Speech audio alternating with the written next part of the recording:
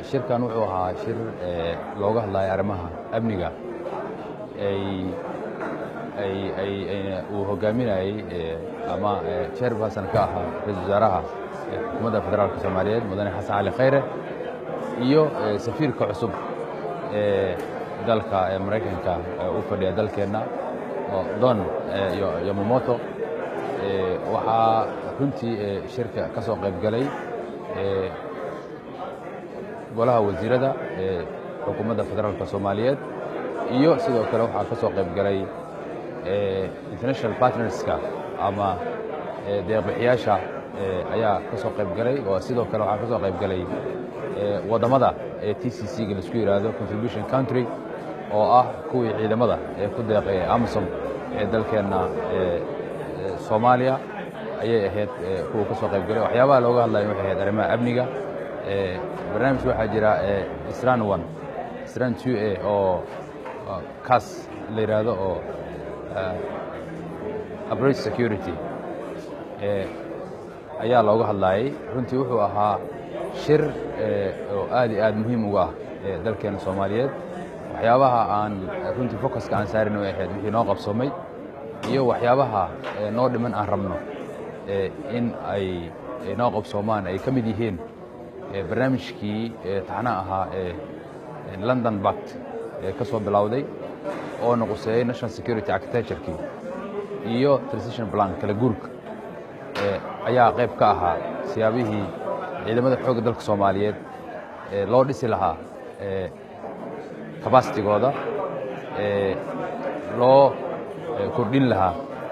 tayadooda iyo tababarkooda si aan u gaarno qaabkii aan kala wareegi lahayn AMISOM tubta amniga roadmap to security-ga oo dawladda hadda ay qaadatay ay rabto inay ku shaqeyso labada sano hartay ilaa 2027 waa la wadaagnay waa qaybaha ugu muhiimsan aan ka hadlaynay sidii loo meel marin lahaa loo horgelin lahaa waxaa qayb ka ah qayb international community-ga ay qayb ku leeyihiin oo ah sidii lagu caawin lahaa hirgelinta qorshahooleedada ku cad tubta amniga iyo cadaaladda international community-ga aad iyo aad bay ula dhaceen shaqada xukuumadda ay wado guud ahaan horumarka laga gaaray dhan kasta hadday noqon lahayd inclusive politics-ka hadduu noqon lahaa arrimaha amniga khaasatan waxay yidhaahdeen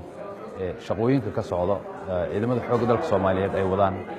badbaada 1 iyo badbaada 2 iyo sidoo kale registration-ka oo ciidamada xoogga dalka Soomaaliyeed lagu sameeyay biometric registration payroll reform-ka